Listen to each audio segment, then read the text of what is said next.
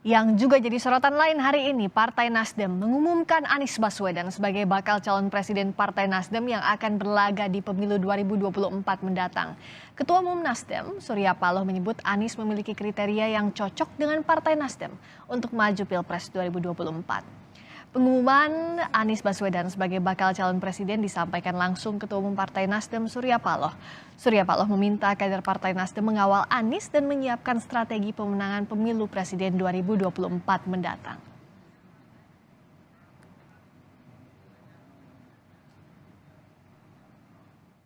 Kenapa Anies Baswedan? Jawabannya adalah why not the best? Saudara, saya mengaturkan terima kasih atas semua perhatian saudara. Saya meminta saudara untuk mengawal pencalonan Partai Nasdem terhadap saudara Anies Baswedan.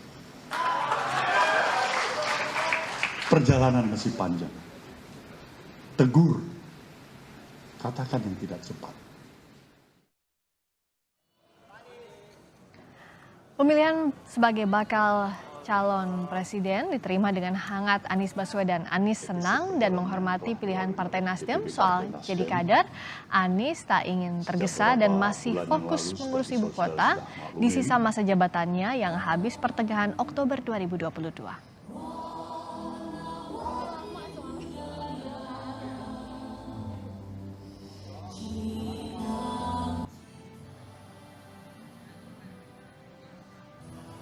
Ketika Bang Surya dan teman-teman di Nasdem mengajak kami untuk berdampingan, untuk berjalan bersama, untuk meneruskan pembangunan di Republik ini, untuk memperbaiki yang kurang, untuk menuntaskan yang belum, maka dengan memohon ridho dari Allah Subhanahu wa Ta'ala, dengan memohon petunjuk darinya, dan dengan seluruh kerendahan hati, Bismillahirrahmanirrahim, kami terima dan bersiap untuk menjawab tantangan itu. Bang Surya Paloh yang saya amat hormati, seluruh keluarga besar Nasdem yang saya banggakan. Bismillah, kami terima, kami siap jalan bersama.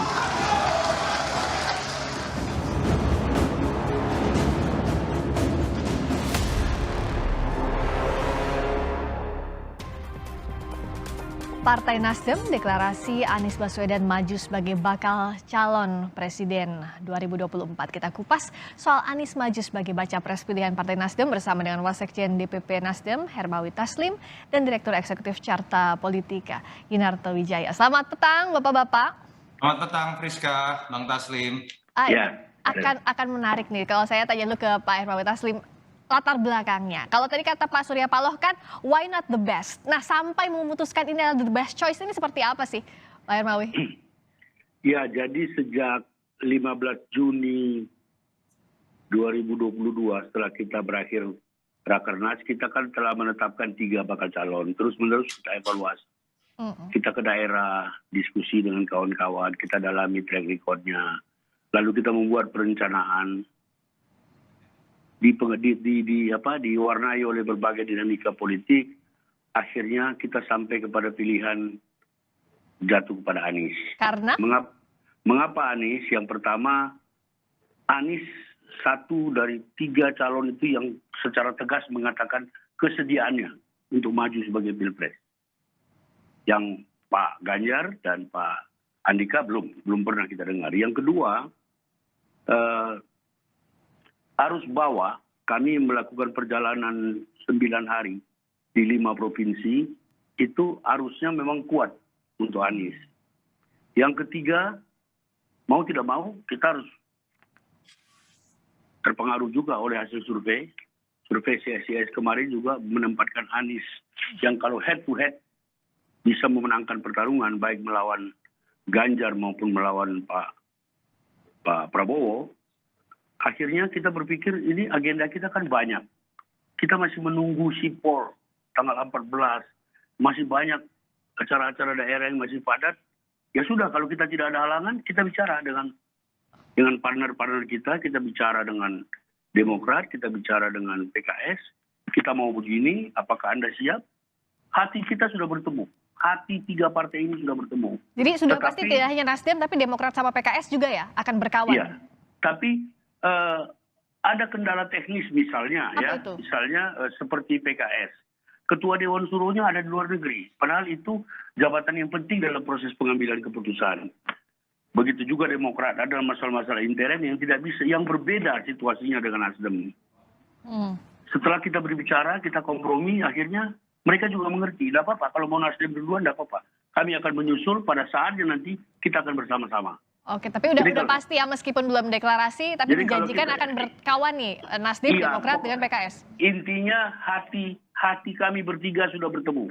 Oleh karena itu kalau kita baca pernyataan PKS dan pernyataan Demokrat sore ini, mereka kan tersirat dan tersurat menyambut baik dan sudah mengetahui rencana ini semua. Oke. Jadi bagi kami satu pekerjaan besar sudah kami putuskan dengan cepat, dan ini salah satu ciri utama Nasdem adalah memberi keputusan yang tepat supaya ada ketenangan, karena kami juga susah menghadapi akar rumput kami. Terlalu banyak telepon dan segala macam. Nah, mulai sore ini kami sudah mengirim surat memastikan sekarang kita satu. Kita satu bersama Anies. Tidak bertiga. Ada tiga hati yang bertaut katanya, Nasdem, Demokrat, PKS untuk mengusung Anies Baswedan. Nah, kalau dari Mas Toto, kalau Mas Toto lihat selain tiga faktor tadi, apakah ada faktor lain? Tapi Mas Toto ini bisa banyak cerita juga, karena sejak pagi tadi sudah nge-spill nih kalau kata anak muda di Instagram, soal kayaknya pilihannya bakal ke Anies gitu. Iya, sebetulnya kan tidak mengagetkan ya bahwa kalau kita melihat dari tiga pilihan yang diumumkan di bulan Juni kemarin, ada Ganjar, ada Anies, ada Andika. Tadi secara tidak langsung Bang Taslim sudah menjawab di alasan yang pertama bahwa yang paling mudah untuk menjawab dan menerima pinangan sebagai bakal calon presiden itu Anies Baswedan. Karena dia tidak berpartai dan dia kemudian memang bahkan sudah memberikan kode-kode ya, saya siap maju presiden, tapi dengan catatan ada partai yang kemudian mendukung. Artinya ada simbiose mutualisme di situ. Ganjar punya keterbatasan, masih merupakan kader dari partai lain. PDIP.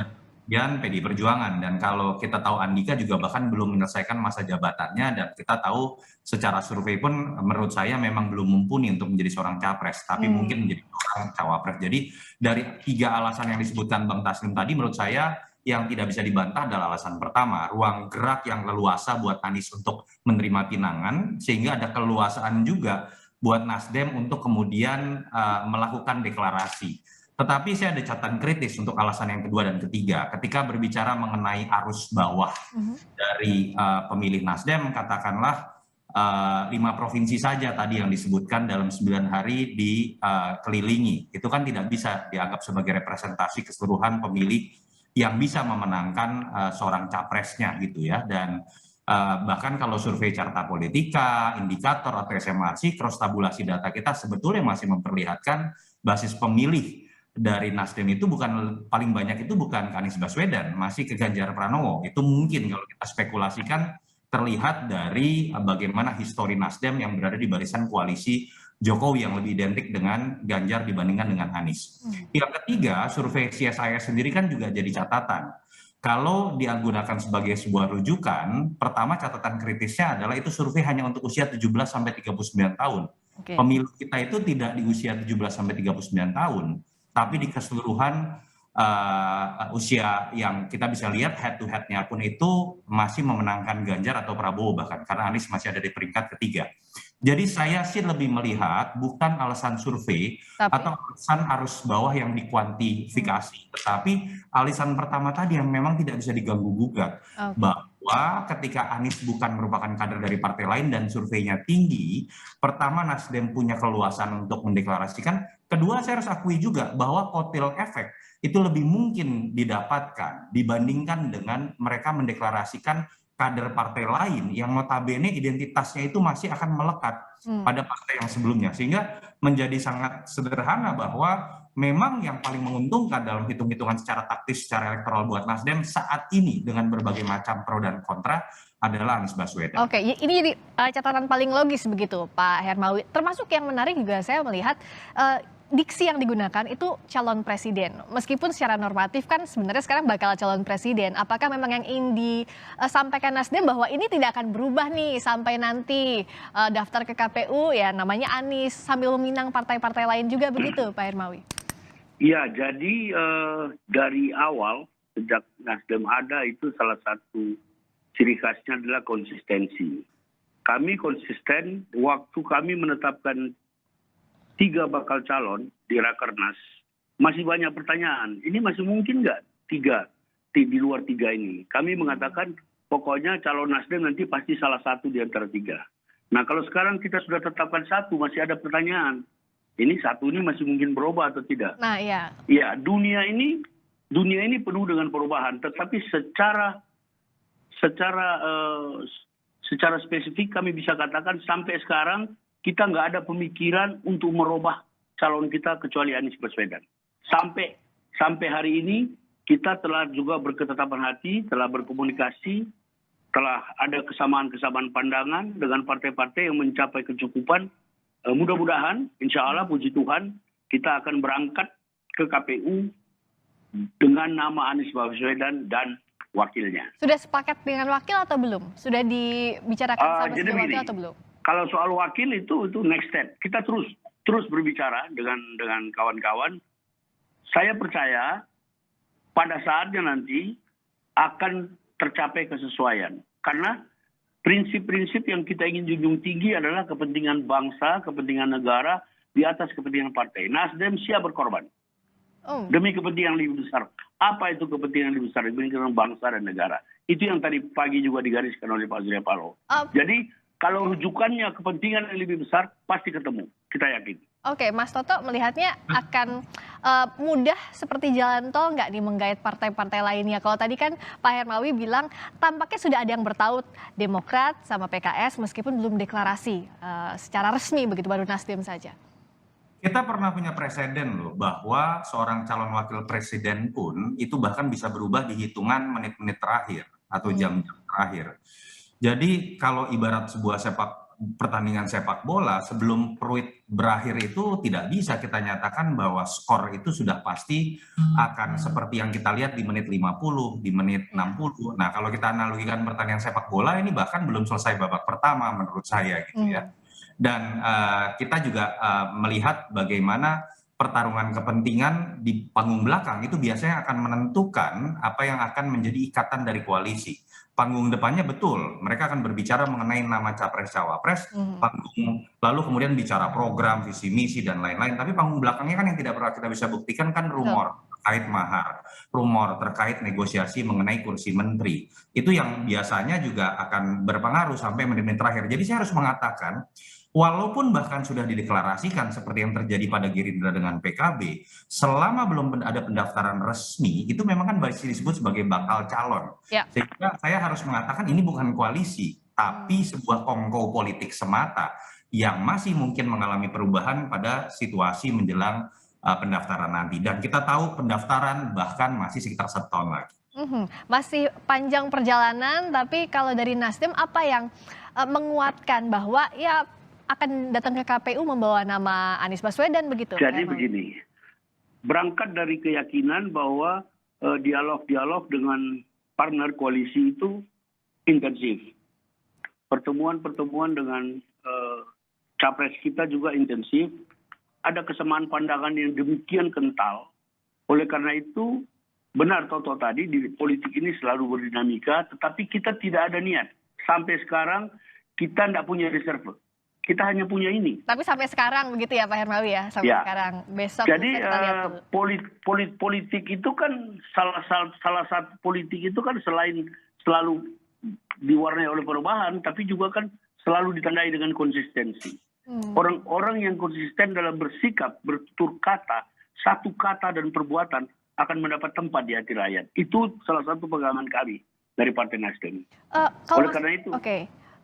Izin saya tanya dulu ke Mas Toto. Kalau Nasdem sudah pede sekarang mengusung Mas Anies begitu.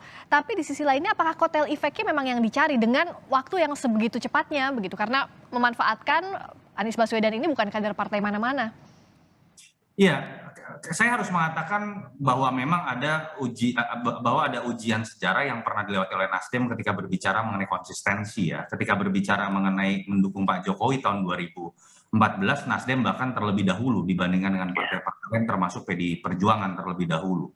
Dan kita tahu hubungan baik antara Surya Paloh dengan Pak Jokowi katakanlah. Tetapi di situ kan juga muncul ujian pertanyaan pada publik ketika berbicara mengenai konsistensi. Bukan ketika mendukung Anies ya, tapi ketika ada potensi, saya masih mengatakan ada potensi koalisinya itu bergabung dengan dua partai oposisi loh. Oposisi itu kan dalam logika ketatanegaraan adalah pihak yang berseberangan dalam memandang program pemerintah.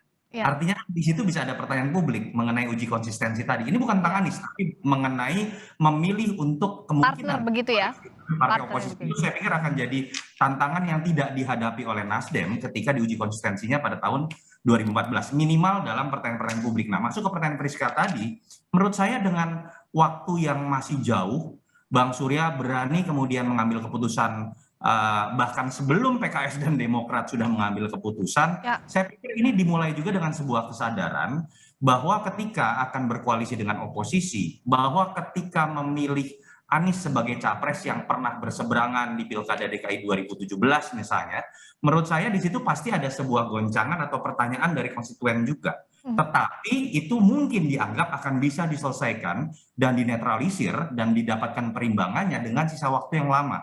Berbeda kalau misalnya seorang Nasdem atau Partai Nasdem, partai pendukung pemerintah dari 2014, Ya. tiba-tiba mendukung Anies yang dikonotasikan oleh sebagian pihak sebagai pihak yang sering berseberangan dengan Pak Jokowi, mepet harinya. Di situ akan terjadi goncangan yang tidak mudah dinetralisir dan waktunya kemudian mungkin tidak akan cukup. Itu spekulasi saya terkait dengan bagaimana waktu yang masih panjang ini digunakan oleh Nasdem, bahkan mendahului PKS dan Demokrat yang dulu itu dianggap lebih dekat dengan Anies. Boleh dijawab Pak Hermawi, termasuk tadi memilih partner ini kan menarik ya, di luar Pak Anies Baswedan, tapi partner yang dipilih Demokrat, PKS. Nah, Nasdem bersikapnya bagaimana ini di sisa masa jabatannya Pak Jokowi bersama dengan Jadi partner-partner lainnya?